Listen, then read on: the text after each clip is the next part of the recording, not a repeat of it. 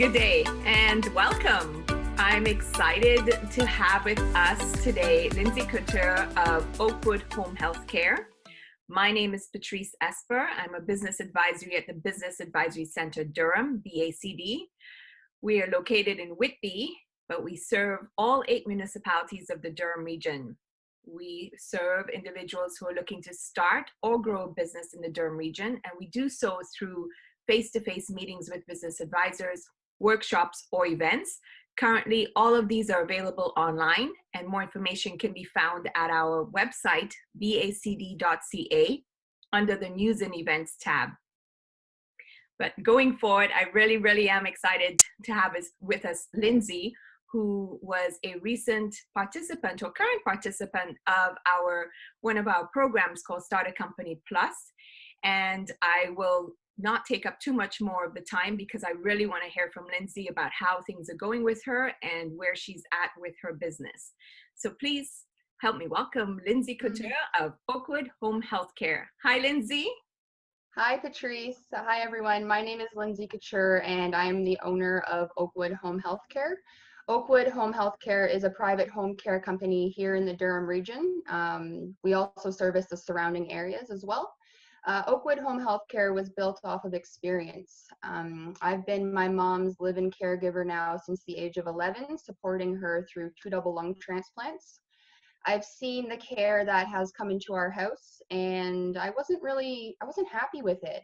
Also being a personal support worker, I've seen the care in the community as well in the long-term care facilities, and it wasn't okay. So I decided to go out onto my own. I became a private PSW in September of 2019. And once I became a private PSW, I realized that the need for private care was huge. And so that's what kind of inspired me to create Oakwood Home Healthcare. Excellent. And when you started, that was how long ago? So the company, it became a company in November of 2019. So it's still pretty new. But yeah, it's exciting. It's a great experience and I love it. And you had just started in the sense that you had some clients and you were building up your clientele. And I understand you had hired or you had contracted another PSW to come on board to help you with the growing numbers. And then COVID-19 hit. What happened then? So I was actually in the middle of a second hire, and it was really exciting because I was solo for so long. I was by myself, and adding a second PSW really helped me with my clients. So getting to the point of adding a third PSW to the business was really exciting. But then COVID-19 happened, and a lot of my clients that I originally had actually started canceling services. So that left me kind of without clients for the personal support workers. And what other types of challenges then? Was there a reason? Because I'm asking that, trying to understand why they actually had stopped requesting the services, because my understanding in a time like this, there was probably a bigger need. So what was happening that they actually was starting to cancel versus actually asking for more? So the services that were canceled were more of the non-essential services, more of the respite hours, the care that wasn't really needed. I mean, the care is needed, but not to the point where someone's life is depending on it. It was tough because I was really happy and I was at a good place, and all of a sudden all of these clients they were so fearful of contracting the COVID-19 that they just felt it was better to put services on hold. I totally respect and I understand their decision behind it. I myself, having an immunosuppressed mom, I would have probably done the same. When you have personal support workers going from home to home, that does put people at risk. And to be honest, being a private caregiver, owning a private company, it's very hard for me to access personal protective equipment. So I need to ensure that if my PSWs are going home to home, that they are protected. Speaking of which then, what has transpired since? Because it's now we're going into, I think, almost going into the third month. I know it's about 7 weeks now, and maybe from a week to week, but it feels like months because this happened middle of March. Then we were coming out of April. Now we're heading into May. You're still open for business. So what has happened in the sense of have you been able to overcome some of those challenges with regards to the personal protective equipment? I have. So I was actually given a donation of personal protective equipment from Kristen Ingrid over at Timeless Tattoo Company. And that made things so much better for me and for my company, because now I felt protected, and the personal support worker I had going into other homes, they were protected as well. And when I say the PSW being protected, it's also the client that's protected, because when the PSW is going from home to home, they could potentially have picked up something. And now if they're wearing PPE in the home, that's a less likely chance of them transferring something to the client.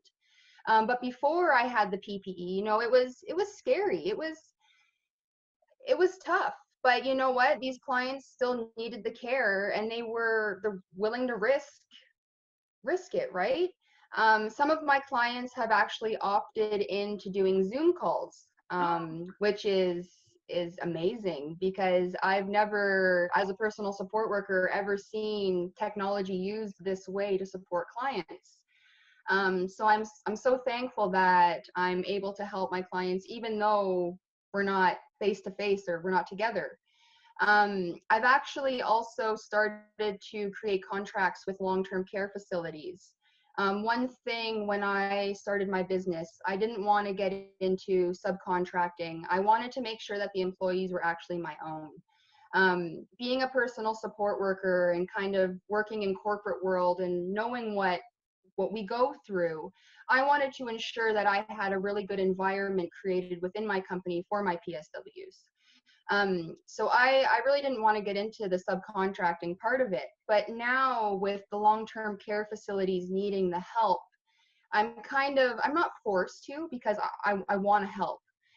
So now I'm kind of changing the structure a little bit, just so I'm able to help the long-term care facilities.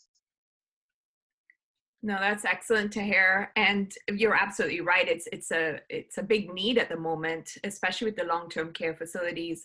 So with that in mind, I saw when we asked, what is your superpower, resilience came through. And from knowing a little bit of your story and knowing now too that it's part of that process. It needs resiliency to get through some of what we're going through right now.